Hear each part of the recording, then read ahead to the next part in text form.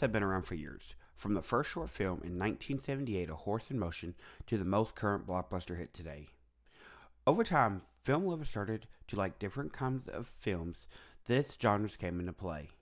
My name is Matthew Dinovo, and I'm going to be your host as we look into one of the history of one of these genres. Sit back and enjoy as we take a closer look at the historic epic genre.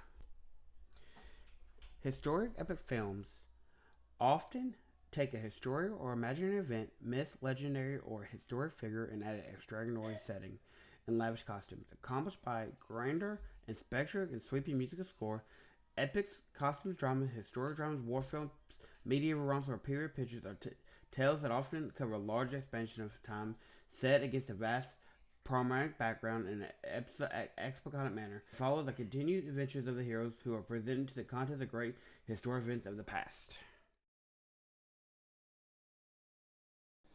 Corvair, directed by an Italian filmmaker by the name of Ettore Gonzalez, was one of the first films of this genre. It was about a woman who fell in love with a Christian who was a prisoner, and this woman started to question his upper leadership about why the slave was a prisoner at all. This film had a runtime about 2 hours. This was one of a kind films for this era. This film was liked by so many that it was remade 3 other times. This led the charge for a second time film in 1914 titled Carrara. Cabrera was directed by Gennaro Pastrone.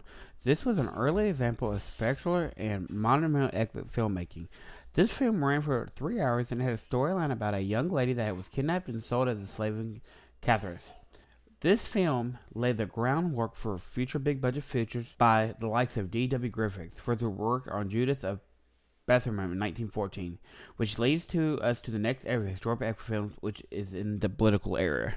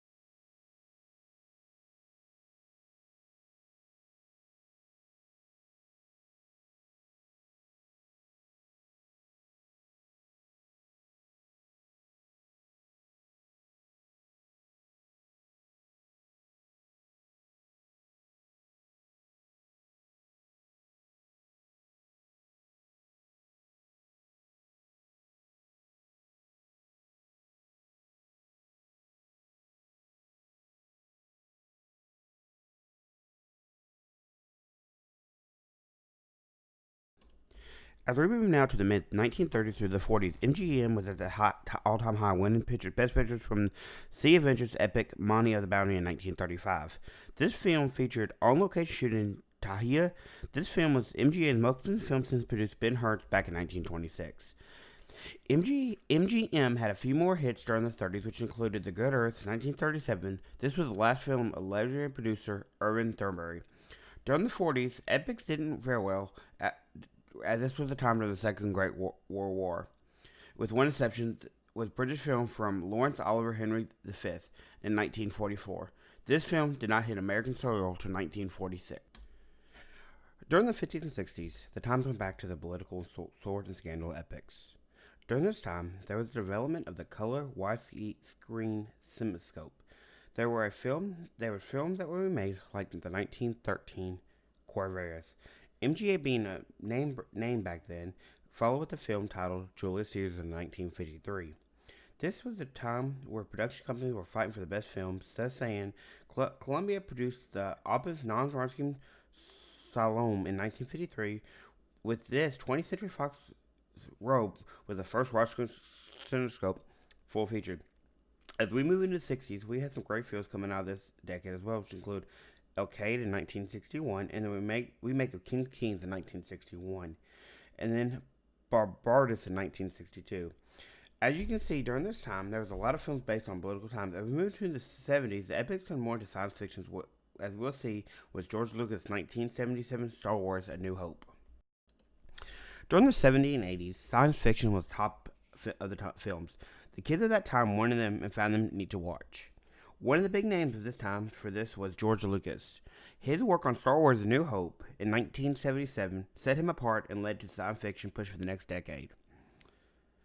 The technology he used on this film was one of a kind for this time, as there was no other film at this time that was better than, in my opinion. You had films like Alien in 1979, or one of George Lucas's earliest films, THX 1138, which you found a hidden gem in A New Hope, with that being the cell that Princess Leia was in. Also, you had war films that came out, which included Patton in 1970. Patton was a film about General George Patton and his work during World War II. This film has been an all-time great and still fun to watch today.